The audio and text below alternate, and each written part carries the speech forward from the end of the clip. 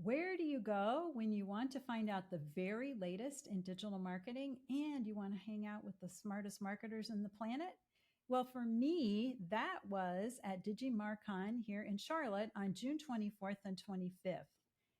Welcome to Growing Social News. I'm your host, Barbara Rozgonyi, and today we're going to unlock some insights, in fact, a gold mine of insights from DigiMarCon Southeast Atlantic 2024.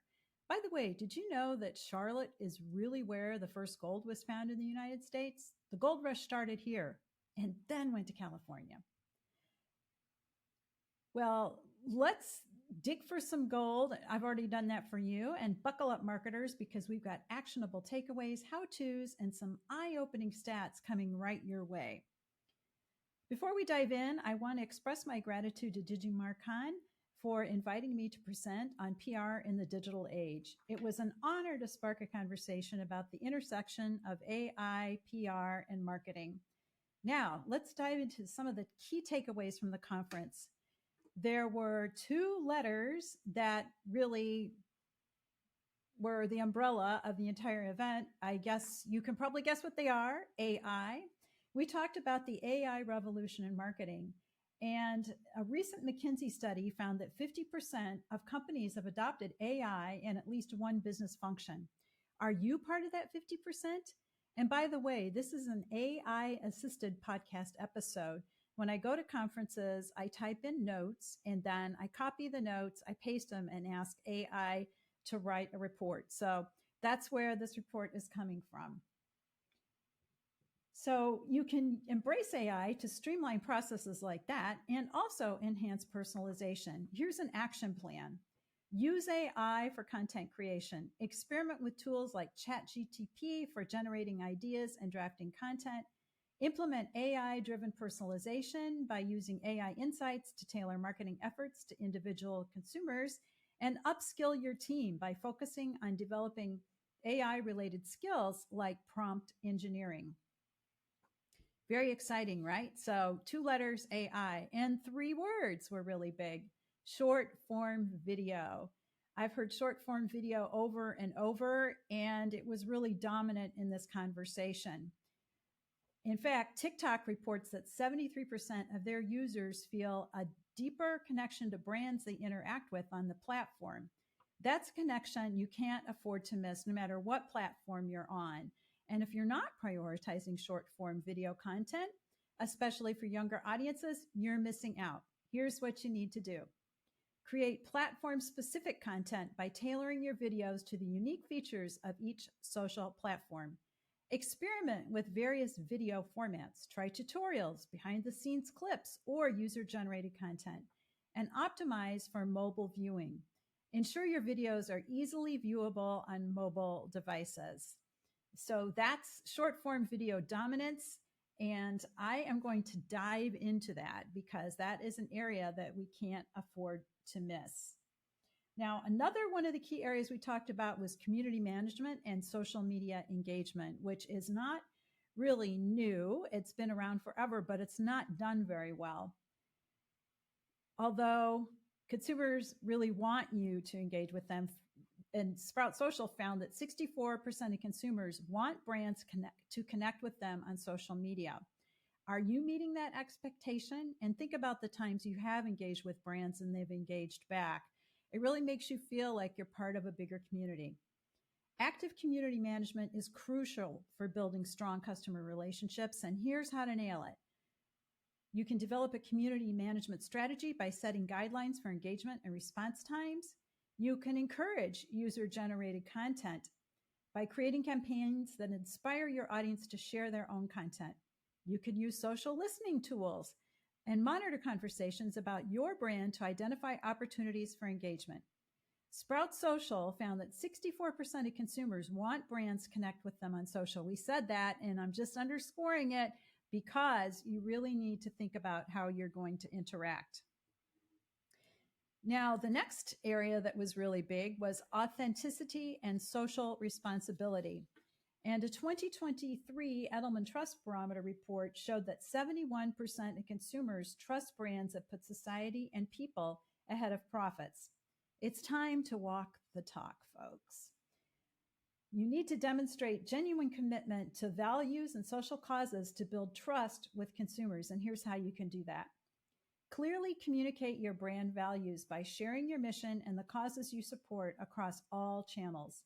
Implement sustainable practices and take concrete actions to reduce your environmental impact as you share your progress. And engage in meaningful partnerships. Collaborate with organizations that align with your values. And one way to do that is to think about the power of emotional connections. Here's a stat that will really wake you up and knock your socks off. According to a Motista study, customers with an emotional connection to a brand have a 306% higher lifetime value. That's huge, 306%. It's amazing. So Christina Garnett delivered a fascinating talk on this topic, and the key is to focus on creating emotional bonds with your audience to drive brand loyalty. And you can try these. You can develop core memory campaigns by creating marketing initiatives that tap into nostalgia or personal experiences. You can craft emotionally resonant content by using storytelling techniques that evoke strong emotions in your audience, and you can establish brand rituals to develop consistent, memorable touch points in your customer journey. So emotions are really important, and so is data. And we did talk about data in my last podcast. We talked about the 2024 CMO report and how marketing is being challenged because it's seen as a cost center instead of a revenue generating center. And if you measure your data, then you can prove that you're actually driving sales. And according to Salesforce, 78% of marketers say their customer engagement is data driven. And if you're not in that 78%, it's time to jump in. So what kind of data driven marketing strategies can you use to refine your work? Here's a game plan for you. You can develop detailed buyer personas and use data to create a comprehensive profile of your target audience. Implement A/B testing by regularly testing different elements of your marketing campaigns to optimize performance, and utilize predictive analytics with AI-powered tools to forecast trends in consumer behavior. So those were some of the themes we touched on, and I'm going to wrap it up by talking about some themes from my presentation, which was the evolution of PR and digital marketing. And according to Cision's 2023 Global Comms Report, 71% of PR professionals are now using AI tools in their work. And I think, most of us are at least playing around with AI tools. It's not all about AI, though. You want to integrate PR with your digital marketing strategy for maximum impact. And here are a few ways. In my presentation, we talked about developing a panoramic PR approach. And PR is personality and reputation, so that you can blend your brand's personality with your reputation in all communications. Then you want to create social news releases by transforming dry press releases into engaging social media content. And it can be as simple as adding a video or images, anything that you can do to help your content more shareable, engaging, and attention grabbing. You can leverage AI for PR by using tools to enhance SEO, automate content creation, and track PR outcomes. And one thing I talked about in my presentation, I talked about a lot of things, but was to focus on marketing beyond the brand and getting customers. And think about marketing as really a strategy, a tool, and a force, a super force to really connect with the people who work for your company. So I know a lot of times companies will say, we can't really talk about whatever it is in marketing. We don't really want to talk about our customers. We had some customers some attendees that said that their customers are very private and they wouldn't want to talk about a success story. But what you do have is you have champions and enthusiasts who work inside of your company. So really think about how you can honor, promote, and really share the stories from inside outside. So that's one angle. The other thing to think about is your personal career as a marketer, and really focus on what is your personality and reputation. How are you going to position yourself as a thought leader? So at the end of the day, it's not all about driving sales and revenue. It's really thinking about how you're going to change the world. And I would like to just give a shout out to all the wonderful people who were also speakers at the event. Fernando Angulo, Senior Market Research Manager for SEMrush. What a fantastic presentation. He told us all about how to really use data to drive personas, and the case study he used for rec specs, glasses for dogs, that was so fun. And he also did another presentation later on about SEO. So we're so lucky to hear from him twice. Chad Petersen, the lead story catcher at the Story Catcher, did a presentation on stories. I had to miss that, but I know it was fantastic. And he's a good person to follow if you're looking to really improve your story.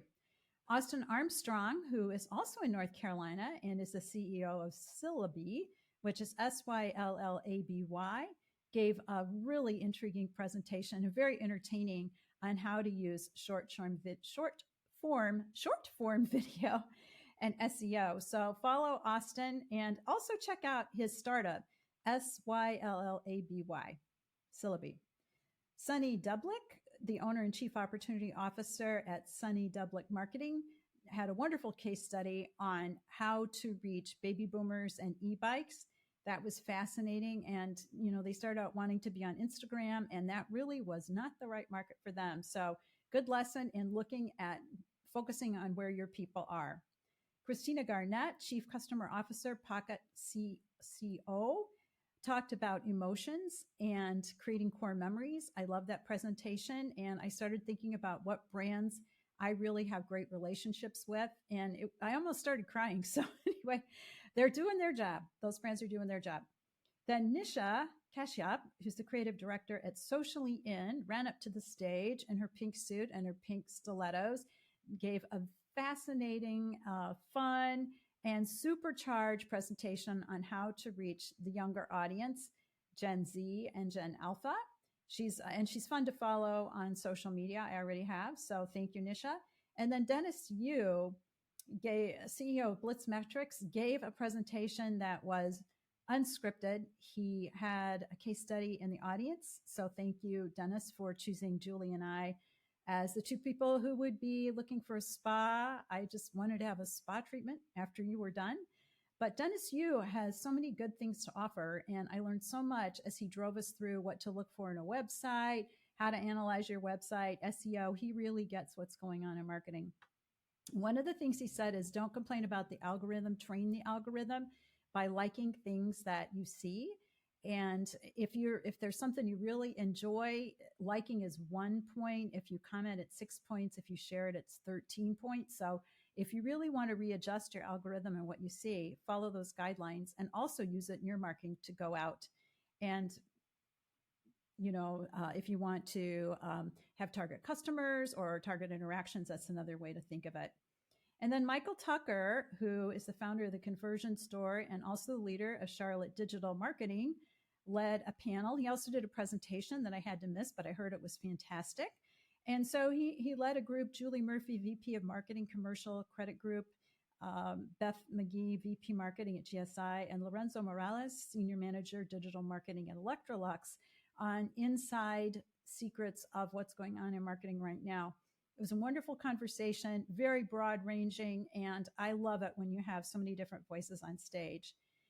And I'd also like to give a shout out to Jedediah Jenk, the venue operations manager for DigiMarCon, and our really enthusiastic, energetic MC. Sometimes when you're sitting in a meeting and it's going on and on and on, getting super excited for the next speaker is a lot easier when you have someone who is super excited to announce them. So Jedediah did a great job, and I know whenever you go to a DigiMarCon event, you'll enjoy his sessions. So wow, this was really a packed episode. I hope these insights from DigiMarCon Southeast Atlantic 2024 have given you some food for thought and actionable strategies to implement in your own marketing efforts. I would like to also give a shout out to Ben Sarita for the speaking invitation. It came in on Thursday and I was speaking on Monday. So in my presentation, I talked about if you see a chance, take it. So if there's a chance and there's something you want to do, you can move mountains to make it happen. And that's true in life as well as it is in marketing. And as we wrap up, I'm reminded of why I'm so passionate about digital marketing and PR. With the rapid changes in our industry, events like DigiMarCon are invaluable for learning, growing, and connecting in real life. I'd love to hear from you. What events or experiences have inspired you lately in your professional journey? You can reach out to me on social media or send me an email. I'd love to hear from you. So that's all for this episode of Growing Social Now News. Stay tuned for more insights from the world of digital marketing. And remember to keep growing, keep learning, keep connecting, and subscribe wherever you love to listen to your podcast. And we're now on YouTube as well.